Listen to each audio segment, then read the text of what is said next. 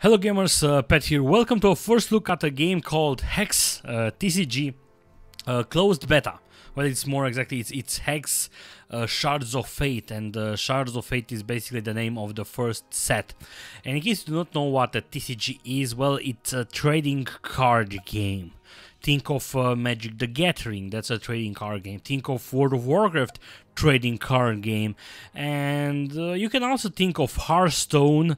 However, Hearthstone is a collectible card game, meaning that you cannot trade. And if you are familiar with Hearthstone, well, Hearthstone is a little bit, good. It's going to set you up for what a real TCG is, because Hearthstone is more on the casual side. Now, HEX TCG is actually the first game that, the first and the only game that I backed on Kickstarter, and the reason for that was that I believed in the project, and the project is really amazing. Even if I'm still a little bit scared because I might not enjoy this, and I will explain you in a second why.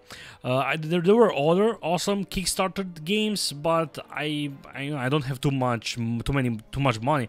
But I decided, okay, HEX, I want to be part of the Kickstarter because I am also going to get some boosters and some unique cards, and I was $65 actually, not $30, which was the minimum. Anyway, the game, from what I know, it will be a free game, but of course it's going to rely on boosters. And I know that some of you who are not familiar with TCG will be like, is this game going to be a pay to win? Well, something that you have to understand and is that CCG games are always going to be pay to win. However, even if you pay to win, if you buy boosters and you are going to have the cards, it's still going to come to your skill level. So it's a skill-based game, but it's more of an expensive hobby. It's not like a video game that you are going to just pick up and play it and have fun. It's a hobby that you are always going to be invested in the game, and this is what's making this type of games really fun.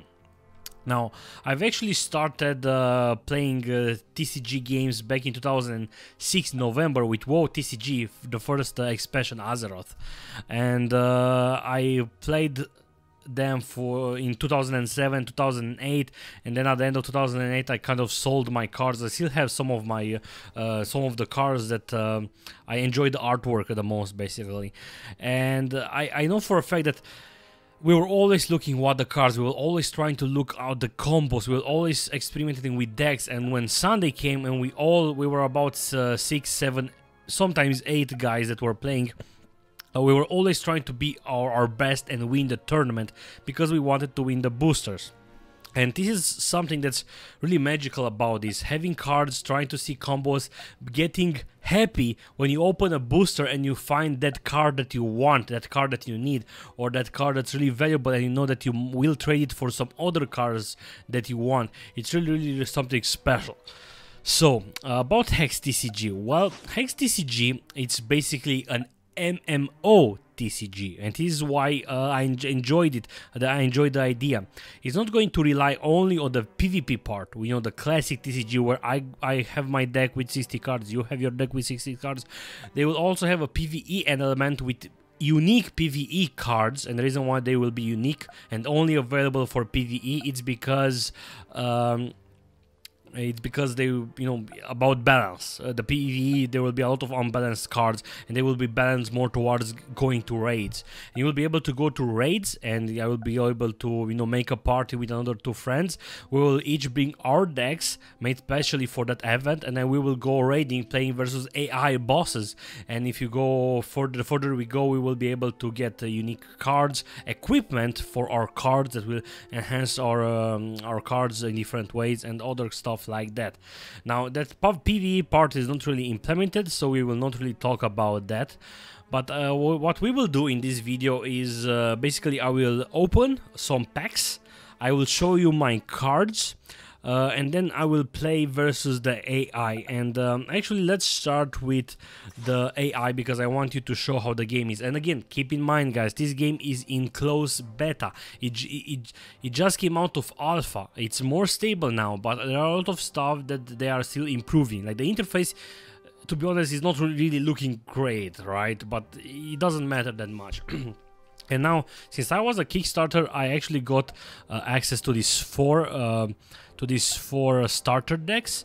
But I created a new deck by myself just to, you know, try things up, and I am going to play with that one because I don't know. I will try to explain some of the stuff that came with the idea behind the deck. But again, this is what TCG is about. You will need cards. You will need particular cards in order for you to try to be efficient.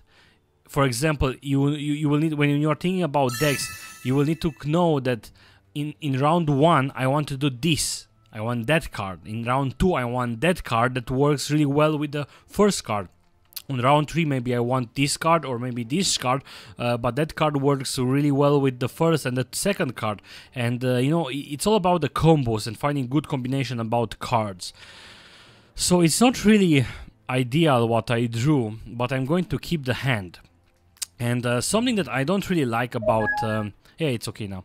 Something that I don't really like about Hex is that they are more on the Magic the Gathering type of cards.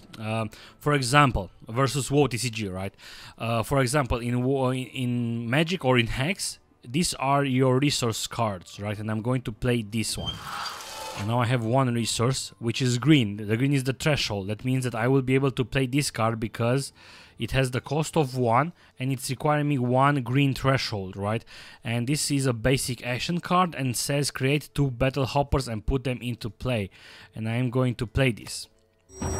Okay, and now these are the 2 battle hoppers. For example, this card costs 4, but it requires 2. I forgot the names. 2 blood shards. And I only have 1 in my hand. I will put this down, but I will need another one. So another thing to keep in mind is that if you don't have these resource cards, you will not be able to place down a resource, and you will not be able to advance. So you need to be really careful on how many cards you put in your deck and how you draw it up. So the thing with WoW TCG was nice that you had quests, which were basically resources, but you can place any card as a resource face down. So quests were special resources that were standing face up, and they had different kind of abilities like pay 3, draw a card, and then you turn the quest face down. But you had the option to play another card, and you don't have that now. And sometimes I'm feeling that oh my god, I don't have resources now and I'm just not doing anything and I'm going to lose. Second, the attack phase is basically you will just declare the attack and then he will block. I cannot declare the attack independently. Like with this, I want to attack your ally. What are you going to do? Are you going to block? Are you going to accept it? Or and so on. And then with this, I'm going to attack your champion. What are you going to do? And so on. It's always happening at the same time. So I played my cards. I'm going to proceed to the main phase. I'm going to proceed to the end phase. And now it's going to be his turn. He placed 1 resource. He's playing this card, which you see, this card is a pretty cool card. I only have 2 of them, and it says when this troop enters play, gain a green resource, and you will also be able to exhaust this and get more resources. So I'm going to resolve this, and now he has 2. So he's advancing pretty fast with the resources. And you see, this is something that you will not have in Hearthstone, which is more on the casual like. And the reason why I saw the card over here is because there are cards that say you can interrupt the ability, you can interrupt the ally. So this is why there are all these attacking phases, right? So I'm going to play this one, and now I can play this Concubani, the Concubani, which says pay 1, exhaust another Shintar you control, create a battle hooper and put it into play. And basically what I tried to create here was I tried to create battle hoppers. It's like a battle hopper deck. It's not, of course, it's not optimized, it's not how it should. I only played it a couple of times, and you look, now I can declare attackers, but I'm not going to attack because there is no point, because this guy has 0 attack, and he will be able, for example, if I attack, you see, I cannot declare an attack to this guy. So I will only declare an attack to the opponent champion, and he will be able to block with this creature on the blocking phase, and then he will just kill my battle hopper, and I won't kill his Howling Brave because my battle hoppers don't do any damage, okay? So I will just skip it, end phase, and now he's going to be, it's his turn. Okay, he's doing that again. Resolve, proceed to the next phase, and he's going... Okay, at least he didn't played anything. Going to put down another resource, and now I am going to play this card. It is Shroom Shaw. When this troop dies, create 2 battle hoppers and put them into play. And basically the idea is that I will also do this, since... Can I do it? Yeah, I can. I will also create this ability of my champion. Each champion has a different unique ability, but since I also have 1 extra resource, I'm going to do the effect of this card, and I'm going to exhaust this battle hopper just so I can create another one. Resolve, and there's another one. And the reason why there are cards that basically there is a card that when I'm going to put it down, it's going to have the attack and the defense on how many troops I have. So the idea is that I will flood, I will create a lot of troops, and then I'm going to put that card that's going to become a big card. And I also have a skip, there's no point on attacking. I also have a different kind of mushroom that says that I can sacrifice different I can sacrifice Shintare, which is this, and when I do it, that mushroom will become +3/+3, and I can do that many times. Okay, so he finally plays down a minion, and things putting down a resource. You see, I cannot play, even if I have 4 resources, I cannot play this guy because I don't have 2 resources like that. So 2 threshold of the blood. I forgot the name. Anyway, when I play this one, when this troop enter plays, draw a card. Okay, I'm going to do that. Or, I should actually do that. Or maybe not. Why? Because I kind of want to play the honey cap. So I will have a strong... The thing is that this, as this troop enters place, it gets permanents +1/+1 for each green thing you have. Well, I only have 3, so my honey cap will be 3/3. So no, I'm going to draw a card. I'm going to resolve this. Okay, I drew this guy. You see, this is the guy, Rune Ear Commander. This troop gets +1/+1 for each troop you control. So when I will put this guy down next turn, he will be 1, 2, 3, 4, 5, 6, 7. 7/7 creature, which is kind of important. So proceed to the attack phase. I can also do this, but I will do this on his turn. You will see another mechanic. I'm not going to declare any attackers because he will just block with the honey cap. And this is another thing. Like, for example, I declare an attack with this creature, which is 1/1. Actually, I'm going to do it because I want this creature to die. So I will generate 2 more battle hoppers, and I will declare the attack and pass priority. Okay, he's blocking. You see, mine died. It created 2 more battle hoppers. This creature is 4/3 now, right? 4/3. The creature is going to heal now. 4/4. So you always need fatal damage in order to destroy a creature or some kind of spell. Play a random wild card shard from your deck. He's going to get a lot of resources. Okay, he's attacking. I can block. I'm also going to do this because I will forget. Exhaust this guy. I will create another battle hopper. And now, pass priority. I'm going to block. I'm going to... Well, I'm not going to take the damage. This battle hopper is going to die. No damage on the... and now I'm starting a new turn. Alright, and now I will be able to play the Vampire King. Which basically says, when this troop deals damage to an opposing champion, reveal a random card from their hand. If it's a troop transformed into a vampire and put into a play under your control. This guy is a legendary card. It's pretty valuable and it's pretty strong. Okay, and I think I might actually do that. The thing is that this guy is a 3/4. So he will block it and he will die. The Vampire King will die. Oh, never mind. It has flight. Oh my god, this card is so amazing. I just realized this guy has flight. So in order to block this creature, you will need another flight creature. So that's kind of amazing. That's really, really amazing. And I'm also going to attack for 1 because he has no blockers. He has no... He doesn't have an ally, a minion, a troop, never mind. A troop with who to block, so I just decided to attack. I have plenty of other creatures to block. Okay, he's doing that again. 7. What is he going to play? Declare combat. He's doing that again. Let's do this because I want to basically replace. I will forget pest priority. Pest priority. Let's block. I'm not going to take the damage. Okay. Okay, he's going to play this guy. 6-4. That guy is kind of big. And the thing...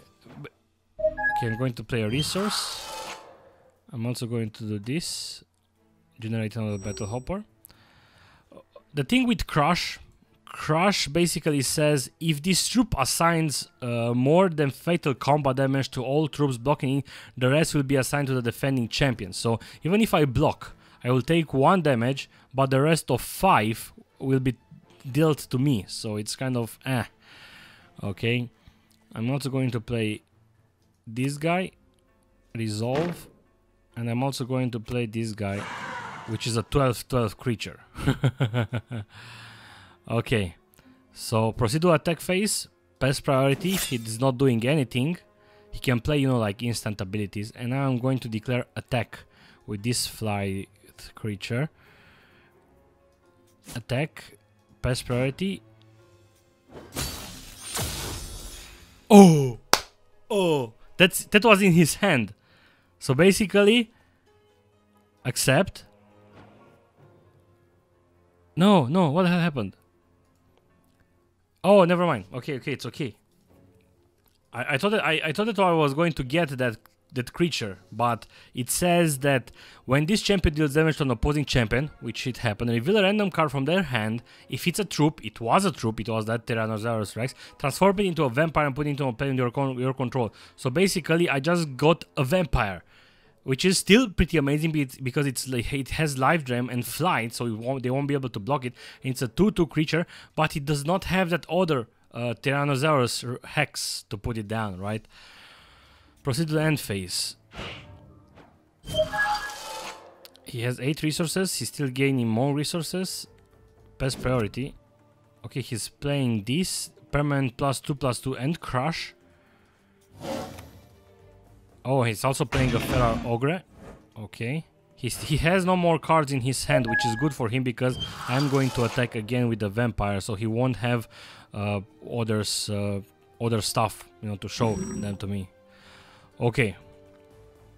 I'm also going to do the effect for this. There are so many troops.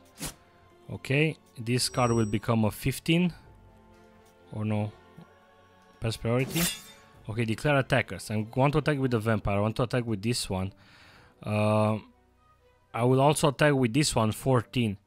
It won't die, the 14, but he will be able to block it with one of these 3, and he will do that. He will lose that one, but it's still going to be okay. Let's attack with whatever we can, with whatever deals damage, and then I'm going to pest priority. You see, he's blocking stuff. The ogre is going to die. This one is going to be blocked by this. This one is going to... Okay, pest priority. I lost some creatures, but he also lost some creatures. And phase. I'm still dealing damage with the flight creatures, with the vampire. So he has 11 life left. Now the thing with this is that it has crush. So even if I block, and I will block, I can block with what? I can block with this one. The thing is that I will lose this one, and I don't want it. But I will still take 5 damage, you will see. The thing is that I healed so much. I healed so much because of the life drain of the vampire. Alright. Okay. He summoned the squirrel. Pest priority. He has no cards. You see, this is the mushroom. As mushroom enters play, if it's hungry, it's always hungry. You may sacrifice any number of Shintara and the mushroom gets permanent +3/+3. And I will do that. Resolve the mushroom. Accept. And just... The thing is that I'm also going to make my other champion weaker, this one. Because now there are less creatures on the board. Proceed to... Let's do this one. Exhaust this. Proceed to attack phase. Pest priority. Okay, I'm going to attack with the vampire. with this one, and I will let him block whatever he wants to block. Okay, those creatures will die. This one will die also. And his one is not going to die, but it's still okay. Let's see what he's going to play. I healed a lot again because of the life drain. So this is kind of as you see, this is kind of a weird deck that I've created basically. Best priority, and I will be able to block this one, and mine will survive. His is going to die. Okay, nice. I took no damage. Okay, a shard. I'm also proceed to the attack phase. Best priority. He will be able to block one of my big creatures, but he's kind of dead. Okay, he is blocking that. And we win, guys, we win. So it was kind of weird because my deck is not really optimized, like, at all. I just placed some cards that I thought that they were good, and I'm still losing decks versus, you know, the normal AI. But just to keep in mind, there is like a blue deck, an AI deck that you are going to play versus, and it's like a flight deck. So in round 2 he's playing a constant. A constant is a card that's always going to remain there, but that constant says that your flight creatures get +1/+1. So in round 2 he's putting that. In round 3 he's playing a flight creature, and that those flight creatures are going to become better. So you see, this was the deck that I created just for, you know, to try things up. So let's actually open some packs. You see the price of a pack is 200 platinum, and that's about $2, I believe. So it's much cheaper than Magic the Gathering, which costs a lot. I remember we used to play. It was about almost $4 for a pack of WoW TCG back in, that was like 3 or 4 or 5 years ago. Jesus Christ! So much time that it passed. So basically, I still have 30 packs left. I think let's open 5, and I'm going to keep the rest for draft. And let me actually explain some things to you why this is going to be great. Right now, there are no tournaments because they are, you know, still fixing them. But you will be able to join tournaments that are going to happen on the clock all the time, right? And you'll be able to play Classic Constructed, which means that I will join the tournament with this deck that I created, and with that deck you will hope to advance and win it, so you will win boosters, right? Sealed means that I'm going to buy 3 packs, and I'm going to create a deck with those 3 packs. Draft is a little bit more fun, at least in real life. Everyone is going to sit at a virtual table, right? We are going to sit, you know, in a round table, and then each one is going to open a pack, is going to pick 1 card, and then he's going to give the rest of the cards to his left, and so on. I'm going to pick 1 card from that pack, and then one pack until I manage to pick, until there are no more cards to be picked up. Then we open the second booster, but we give the cards to the right, if we first gave it to the left. Anyway, the thing is that with draft, you will need to know how to draft. You will need to know what cards are good in limited format. That's limited format. Why? Because, for example, there will be cards that will suck in constructed because they will be easily countered or there are no combos, right? But in sealed or draft, that card might be super powerful because we might not have all the answers for that card, right?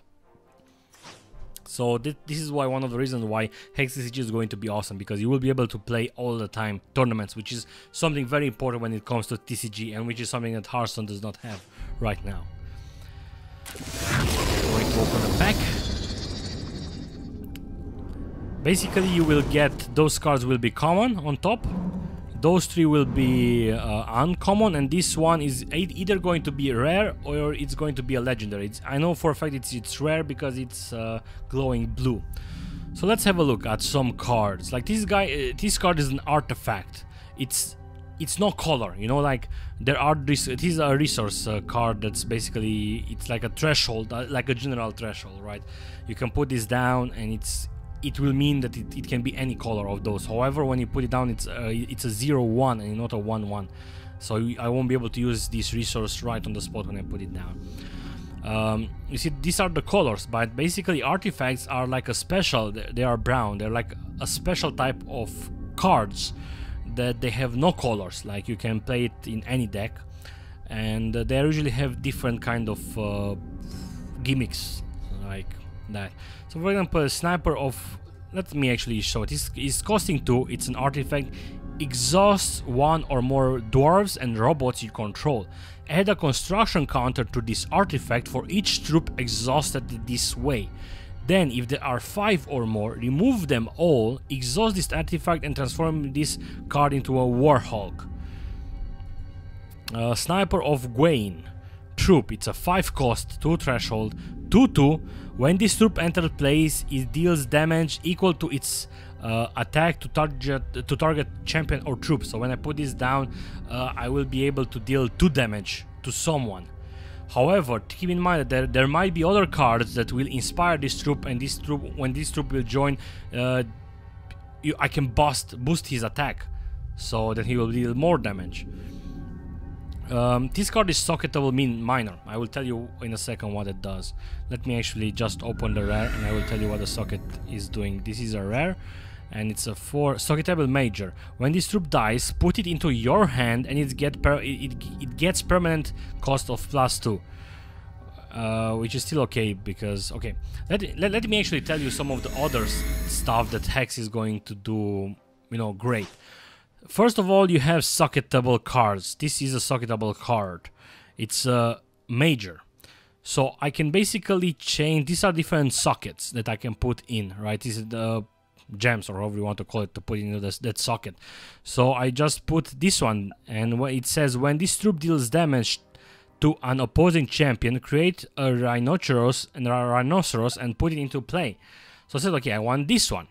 But maybe you want Spell Shield, or maybe you want when this troop enters play, target troop you control has +1 attack, +1 defense, each equal to its troops. So maybe you want this one. So it's a different way for you to enhance your card to your play style or your different combos, you know.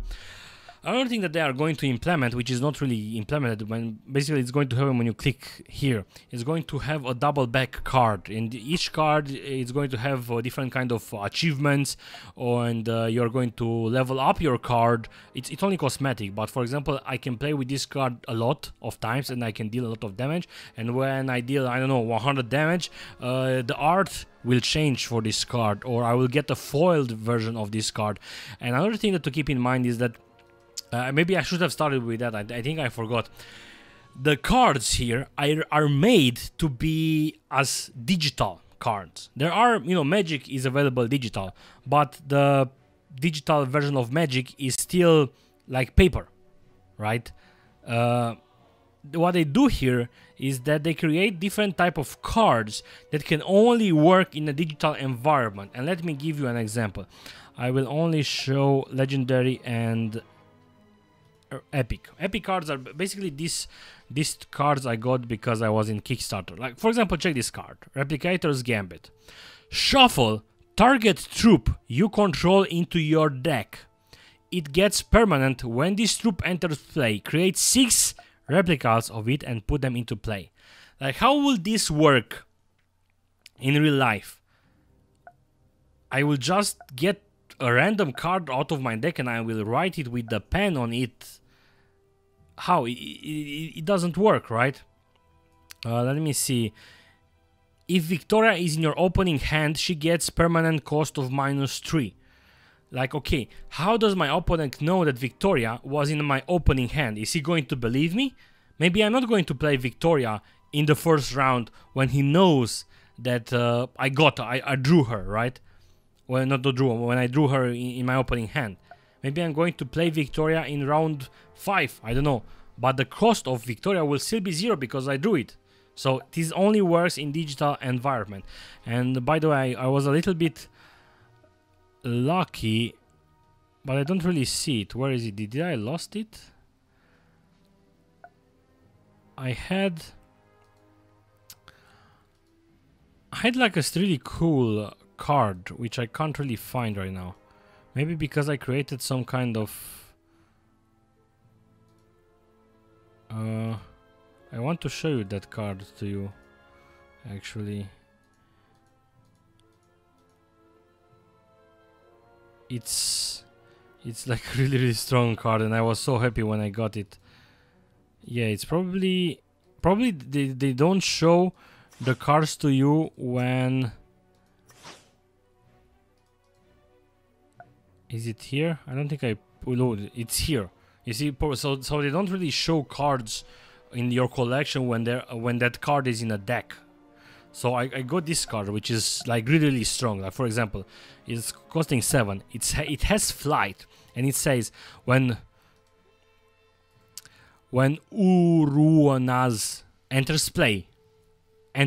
So I can also get this effect when this card will enter play, or deals damage to an opposing champion. You may put target troop from an opposing graveyard into play under your control.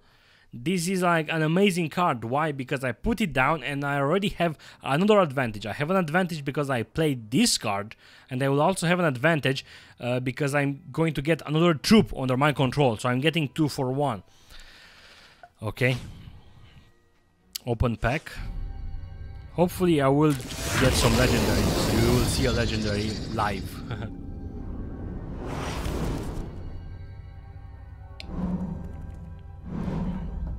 It's just a rare. When this troop enters play, you may put target troop in your graveyard on top of your deck. That troop gets permanent +1/+1. This is actually on the spot. It's not a bad card. It's 6 for 4. But when you play this, you might get a card that used to be very good on the playfield. You might have a chance to play that card again. So it's, in a way, it's giving you another chance to play this. Interesting artwork. Not sure what to say about the card. Chimera Guard Outrider. When this troop attacks, it gets attack equal to its defense this turn. Okay, let's see the rare. L3 Dreamer. Socketable Major. This troop can't be blocked. Okay. And you will also get, look, I gain a legendary chest with, I will be able to open it, not sure what I will gain, but it says it's coming soon.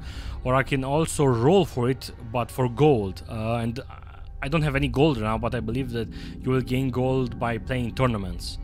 So they encourage you to play tournaments.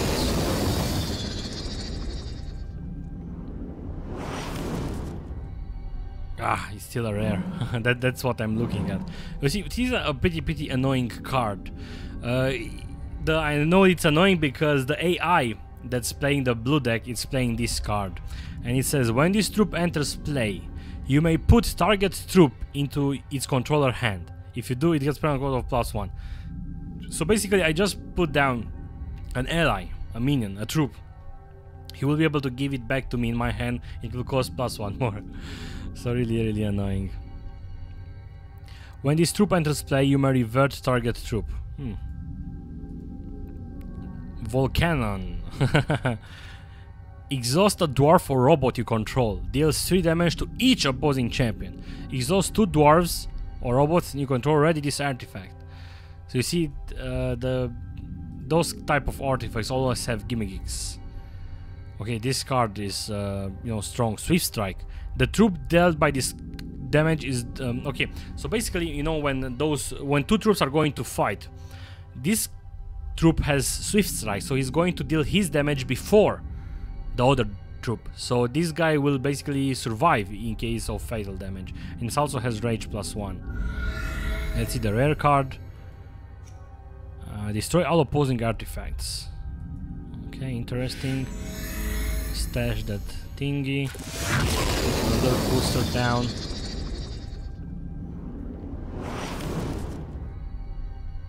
It's a rare. Also, guys, don't forget to go to gamerpad.com/giveaway, because I might actually get some keys that I will be able to give away, and that will allow you to get into the closed beta, because the closed beta is only available to backers. Second, also go to twitch.tv/gamerpad, because I might actually start to stream Hex, and I will also do some giveaways live. Okay, interesting card. I believe I also have this one. Pay 1, sacrifice another troop. Target troop gets -1/0 this turn. When a troop you control is sacrificed, add a Bushido counter to Hop Hero, this guy.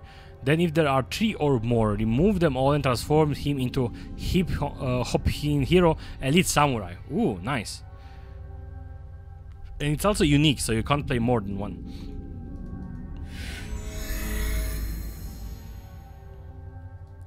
Okay, last booster. Legendary. Ah. Gigantisaur 777. Forgotten Lore, Steadfast Spell Shield. Steadfast, this troop does not exhaust when attack, which is good because I will also be able to use the same troop to block.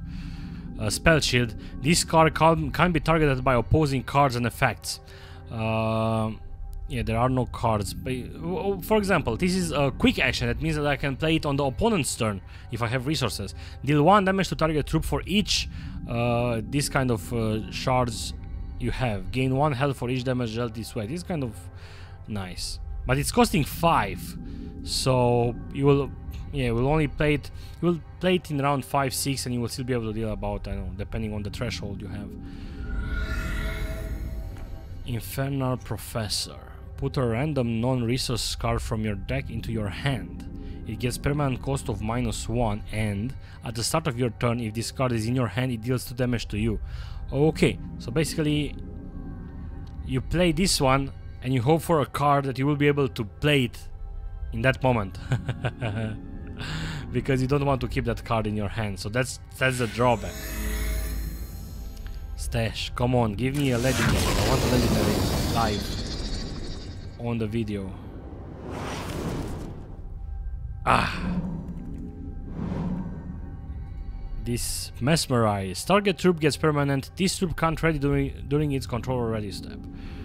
Okay, let's see the rare. Rage Fire. Ooh. Escalation. Deal 2 damage to target champion or troop. Nice. Escalation. Shuffle this action into your deck. Then permanently add 2 to the bold number in the text of the Rage Fire, your own order. So it's going to be 4. The next time I'm going to draw this, it's going to be 4. So that's a good card. This guy looks like a girl. Stash, come on, I want a legendary on the video. Anyway guys, I do hope that this video was useful to you. Keep in mind and look at Hex. I will cover this game, you know, once it's getting new stuff up. Inspire. This is a thing with the cards that have, you know, white border. Inspire. As another troop with cost equal or greater than this troop cost enter play under your control, it gets permanent Steadfast. So they actually have a lot of Inspire cards. Drew's also a Crush. This troop must attack each turn if able. This troop can't train during its control ready step. While this troop is exhausted, basic, pay 8 health to ready this troop. I mean, for one turn it will be kind of amazing because it has Crush, so even if it's going to get blocked, it will still be okayish. But then you won't be able to ready it, at least not in the normal way. Maybe you find other abilities that will say ready target ability and not use this one, because paying 8 health, that's a lot. I mean... Okay, let's see.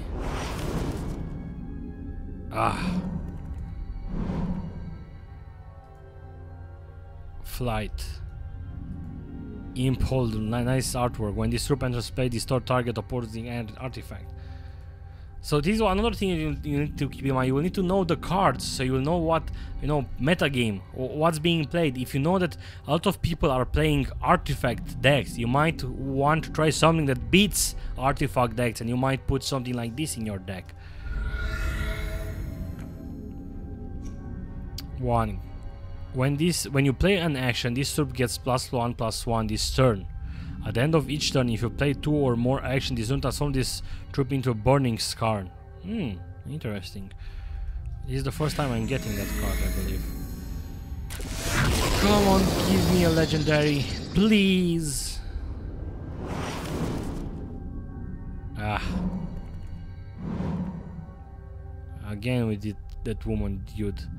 Paladin of Nagran. I love the artwork. I love it. In a way, it's unfortunate that this game is not being printed, so I can have the artwork in my hand. Oh, nice. Crash of Beasts. Escalation. Create one rhinoceros and put it into play. Escalation.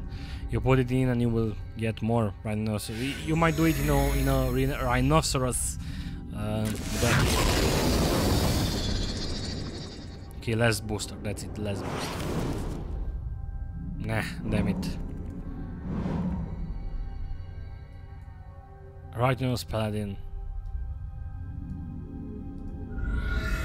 That's the card. Infernal Professor. Another Infernal Professor.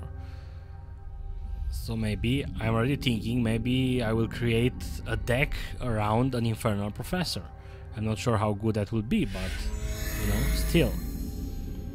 Okay, one more. And that's it. Then I will show you the Pack Raptor. It's a legendary cost 1 card. Ah, damn it. Nice artwork. Oaths of Valor. When this constant enters place, name a troop you control. Troops you control with that name get +2/+2. So you see already, I might put 3 of those cards in my deck. You put more cards because you might want to know for a fact that you are going to draw the card and you are going to play this card down on round 3. And maybe you will name a card that you know that you are going to have plenty of.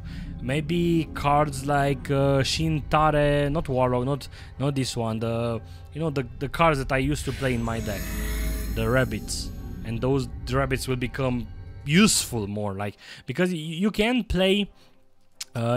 You can play cards. It's not required. For example, in this deck I'm playing Wild Shard and Blood Shard. It's not a one only deck. And something that I've learned is that this card is not really useful in this deck because I'm almost never going to have 6 Wild Shards, because I'm always going to draw some Blood Shards also. I should remove this guy also. This guy is also a legendary. It says Crush and Invincible. This card can't be damaged or destroyed, which is kind of interesting. And this is the it is the Pack Raptor. Swift Strike. When this troop enters play, create 4 Pack Raptors and shuffle them into your deck. This troop gets +1/+1 for each other Pack Raptor you control. So interesting, right? The thing is that if I want to build a deck around the Pack Raptor, I will need 4. 4 is like the maximum number of cards you can put in your deck. Because if I put 4 Pack Raptors, there is a higher chance for me to draw a Pack Raptor in my opening hand. And I know for a fact that, hey, I want a Pack Raptor in my opening hand, then I'm going to mulligan in case I don't get one, right? That's how things usually work.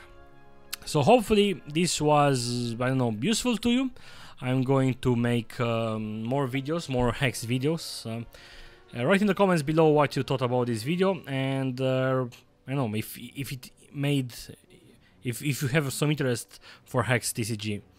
Reveal the top X cards of your deck. Put each troop revealed that way into play. Shuffle the remaining cards into your deck.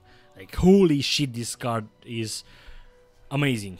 Like, I will play 3 anyway, but then I might play another 3 and I will show, I will reveal the top 3 cards of my deck, and if they are all minions or, you know, troops, I will put them into play. So anyway, kind of amazing, right? Thank you guys for watching. See you soon. Goodbye.